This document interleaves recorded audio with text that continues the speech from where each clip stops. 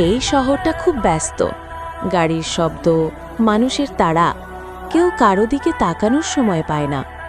এই ভিড়ের এক কোণে একটা ছোট্ট পাপি প্রতিদিন চুপ করে বসে থাকে। কেউ দেখে না, কেউ থামে না। সন্ধ্যায় এক বৃদ্ধ মানুষ এসে বসে পড়ে। তার চোখে ক্লান্তি, শ্বাস নিতে কষ্ট হয়।